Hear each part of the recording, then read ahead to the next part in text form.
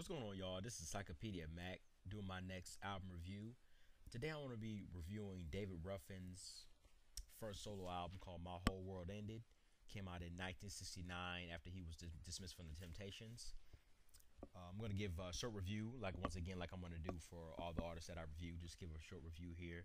If you heard this, hey, just act like you didn't hear it. But I like to say definitely, first and foremost, David Ruffin is definitely one of the greatest singers of all time. Not just he was definitely He was definitely the greatest singer on Motown. That's saying a lot right there. But I mean, you break it down with his solo career and his years of the Temptations, the different vocal styles he sang in. Definitely one of the greatest of all time. Like a singer like him only comes around once in a lifetime. The only person that, in my personal opinion, the only person that can match him in, I guess you want to say maybe R&B or popular music or rock and roll, as far as pound for pound. I mean, as far as like entire vocal range, is probably Jackie Wilson. So definitely unique talent. Definitely you're never gonna see a talent like this again. That's for sure. But I'm gonna go ahead and do a short bio on him. David Ruffin was born in January 18, 1941 in Wynot, Mississippi. He's the third born of four kids. His father was a minister. His brother, if some are not familiar, is Jimmy Ruffin, who was also on Motown and had a classic all-time hit with What Becomes of the Broken Hearted. He was on Motown for quite some time. If you listen to David's music, he's definitely has gospel roots. You can definitely tell gospel is just in his DNA. He was singing gospel at 6 years old or so. It was the Ruffin family, the entire family. They toured, around the area, with the Five Blind Boys, Mahalia Jackson, lots of other popular gospel groups at the time. And before Sam Cooke, gospel was really the thing. If you came from that type of music, nobody until Sam Cooke really that were popular, you know, um, gospel singers that transitioned over to R&B or whatever you want to call it. But he left home at 14. Just a lot of not a lot of opportunity in Mississippi, so you just have to, make moves the best way you can. So he was just making his rounds, doing various jobs, doing talent shows, and sing what he could. He sang with a gospel group called the Dixie Nightingales out of Memphis, Tennessee, for quite some time, and also he sang with the Soul Stirrers, who once again I mentioned was Sam Cooke's. The group Sam Cooke started singing lead with a gospel group before he went solo. So he sang with the Soul Stirrers for a short time after Johnny Taylor left. He moved to Michigan at 16. He had recorded some local singles in 1958 called You and I and Believe Me. He went by the name of Little David Bush. I believe a gentleman by the name of Eddie Bush, who was mentoring him at the time. In 61, he recorded on Barry Gordy's sister's label, which is called Anna Records. This is when Motown was just now starting up, so they had Anna Records and a couple other subsidiaries, but Motown, I guess, wasn't in full motion at that time, but he was on Anna Records at the time, and he had a local hit called I'm in Love that was a big hit around the area. He met the Temptations around that time, I think around 62 or 63. The Temptations were just finding their way yet. They hadn't had any hits at this point. But they would, see each other, hang out together. They, perform at record hops and things like that. At the time, Ruffin was known as one of the best performers in Detroit, just a dynamic singer, performer. He was known for throwing the microphone 30 feet in the air, dropping to his knees and then catching it, dropping down to his knees and then catching the microphone. He was known for that, just a dynamic performer at such a early stage in his career. The Temptations, like I said, they according to the story, I think he was actually playing drums with them for a period of time, but he wasn't singing with them because there was already 5 members. So when Eldridge Bryant got fired from the group, they put Ruffin in, and their fortunes seemed to change overnight. Smokey Robinson came with the way you do the things you do, and after that, they just took off. And this is what it was called, the classic 5 years now. That is called those 5 singers: David Ruffin, Eddie Kendricks, Paul Williams, Melvin Franklin, Otis Williams. Just that they had that magical combination that just changed the world. There's a lot of great singers and a lot of great talents that came after that, but just that magic that is like catching lightning in a bottle. You just can't get that again. They just changed music that the five members that started right there. David, his first lead that came out as a Temptation was "My Girl," which is probably Motown's signature song, their first number one hit, and he was definitely the front for those years. I mean, there was not necessarily a lead singer in the Temptations as far as because everybody could sing lead, but I mean, David was definitely the front man. There's no doubt about that. Pretty much every single that they dropped with David singing lead was a hit. That's just the fact of the matter as far as the numbers go. So they had hit after hit during this area. "My Girl," that David sang lead on. "My Girl," "Since I Lost My Baby," "My Baby," "Ain't Too Proud to Beg," "Beauty's Only Skin Deep," "Wish It Would Rain," "I'm Losing You," "All I Need." Just several hits at this time. And around this time, Ruffin's, according to the story, Ruffin's ego was getting too much, getting to be too much. The media kind of pushed him out in the front because he was such a unique talent and definitely, um, unique voice, and definitely that he had something that nobody else in the industry had. So he tended to let other people gas him up, and just felt like he was more important than the group, and that type of ego thing. So I think the final straw was he had missed a show. He was late for rehearsals, and he would sometimes come on stage at the last minute before show started and stuff like that. Just felt like he didn't really, he wasn't felt like he didn't need to do other things that the other group members did. Just ego type thing. It happens. And the final straw was when they performing, I believe, at a supper club in Cleveland, and he was dating one of Dean Martin's daughters, and he didn't show up. And after that, they decided to fire him. And there's a whole lot of stories that goes behind, what he did after that point, as far as jumping on stage after they got Dennis Edwards in the mix and all that kind of stuff. But you can do some research on that. But he went solo. First single was "My Whole World Ended," "The Moment You Left Me," that came out in January '69. Big hit. It was actually a million seller. He showed promise. Everybody just knew that he was going to blow up. Everybody at Motown at the time was trying to work with him. All the producers. But his solo career, he had a couple hits. Really, "My Whole World Ended" and "Walk Away from Love," that came out in '75 with Van McCoy. Those are really his two biggest singles. It's a shame too, because the material that he did was good. It just lacked promotion, and they said sometimes Ruffin wasn't the most reliable. So there's probably some the truth is, they say you get two people's perspective, and the truth is in between. So it probably was a little bit of both, but I think Motown just didn't promote him properly. And definitely, with David was outspoken at the time. That was definitely one of the things, because he mentioned about how some of the Motown business practices weren't correct. So I'm thinking that him being outspoken, they kind of put him on the shelf to a degree after he left, because actually he was trying to leave the label. Once he got dismissed from the Temptations, they wouldn't let him leave. So it's like they I think they sued him, and he sued to get off the label, and they countersued. So it's like, if he wasn't a threat or he wasn't a problem, they if that was the case, you figure they would just let him go. But they fought tooth and nail to keep him on the label, and like I said, they really put his career on the shelf.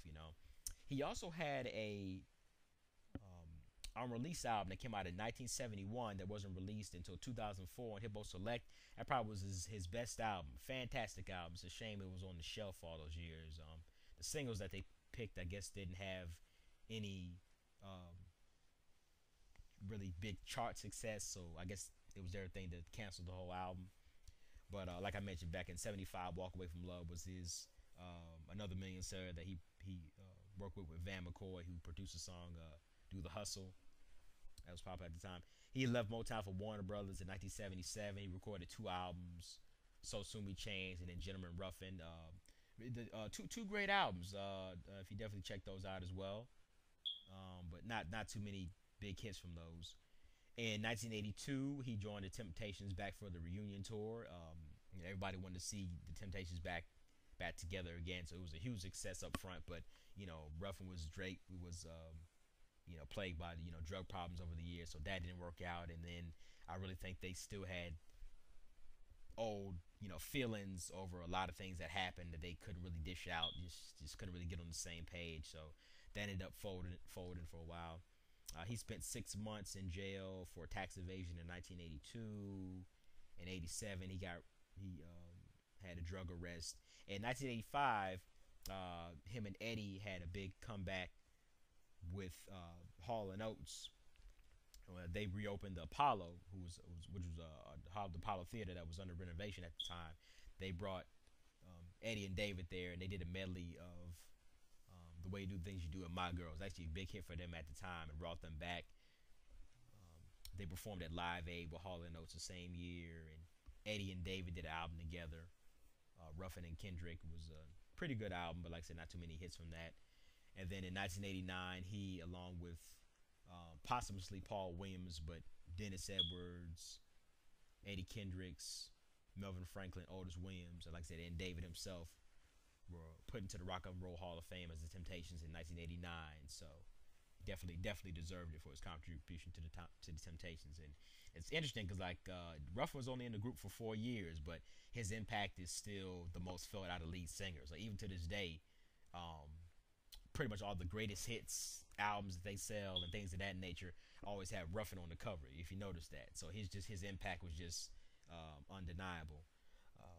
And him, David, Dennis, and Eddie, they recorded. They were performing together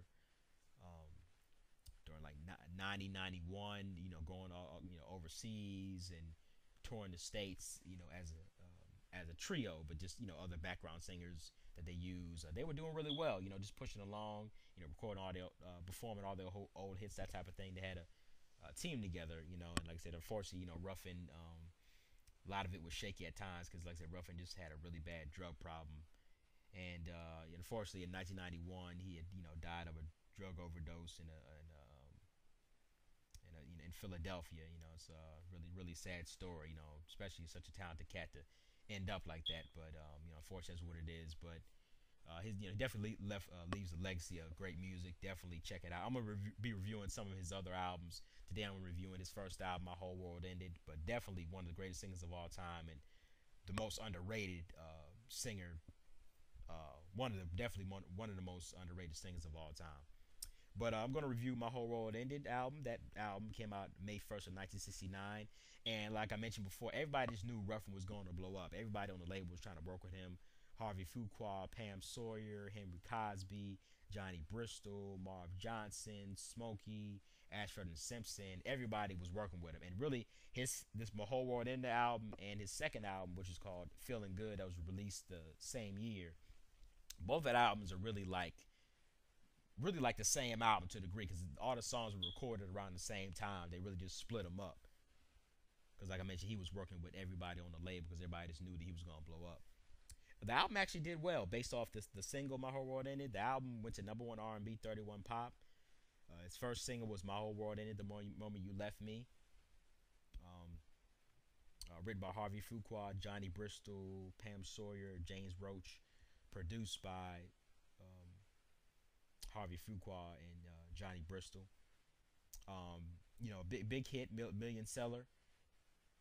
The whole album kind of takes on the theme of this song. This whole album is it's very soulful. It's definitely the most soulful album, or one of the most soulful albums on Motown. Nothing really pop about it. He definitely goes to church on every song. Has like a raw gospel sound. He sings like that through the whole album. As a Temptation, he kind of had to ease back on a lot of his vocal style. And kind of just sing to the melody. But this album, he completely, lets loose. He really just really raw singing style. He does that type of singing through the whole album. Very, depressing album. This is the album if you, break up with your girl, or ladies, you break up with your man. This would be the album that you listen to. You sit in the room and cry all day. It's a really depressing album. David definitely brings the songs to life, along with everything. So that was the whole kind of theme of this whole album. It's just a heartbreak album, breakup album, that type of thing. David dropped his second single on September 7th, 1969, called I've Lost Everything I'll Ever Love. Like I mentioned, kind of the same theme. The song is just talking about how everything in his life he lost that was important to him, and then his girl left him, so that's all he has left. Decent chart hit. It was 58 pop, R&B 11, written and produced by Johnny Bristol and Thomas Kemp. It's a great album. I think this Ruffin's best album on Motown. It was just the production and everything. The songs that are on this album just match Ruffin's style to a T. Just like I said, just a more of a raw type of sound. Like I said, just a raw, more of a raw album. I definitely think that they, should have went with something better as far as the second single. Because there's hits on this album. Pieces of a Man, The Double Cross, which is a song talking about how, I guess, a man is talking about how his best friend stole his girl, married his girl that he loved, that type of thing. Message from Maria, a real smooth, raw song. My Love is Growing Stronger. That's about the only happy song on the album. Um, but definitely should have been a better pick with singles. But definitely a classic album. A lot of Ruffin's later albums in the '70s, like he always did a great job as far as performances, but sometimes the '70s albums didn't really mesh with his vocal style, in my personal opinion. But this album is just gritty production, and the writing just seems to match his style and what he was trying to get across as a solo artist best on this album out of all the rest of his albums. Or no, this and then I would put it, like I said, his 1971 canceled album David, maybe number one, this number two, but this is as far as release material, I think this was his best album. The highlight for me on this album is a song called World of Darkness. I'm gonna post a link under this under the video here. Just man, just Ruffin just completely he's possessed on this song. He just a bunch of like gospel screaming, high notes and everything. When I first heard this song, I remember I kept rewinding it for like 20 minutes. I couldn't believe that Ruffin could hit these notes. Like, 'cause I'm used to hearing him as a Temptation. I did not know that this dude's vocal range was on this level. I mean, like that's why I mentioned like he's the one of the greatest of all time and definitely the best on Motown. That's saying a lot. But the dude's vocal range is just out the meter. He had everything. He had the power in his voice. He can sing smooth. He can sing, he can go from baritone to falsetto. He can go to the female register. He can scream. Just anything that you want as a singer, he has it. And on top of that, just the passion in his singing. He really was the entire package. But definitely, World of Dark is my favorite song with this album. It just really shows what Ruffin can do, and you just have to put your hands up and say, "Hey, this guy's the man," no doubt about it. There are a couple of weak points. The song called "I've Got to Find Myself a Brand New Baby."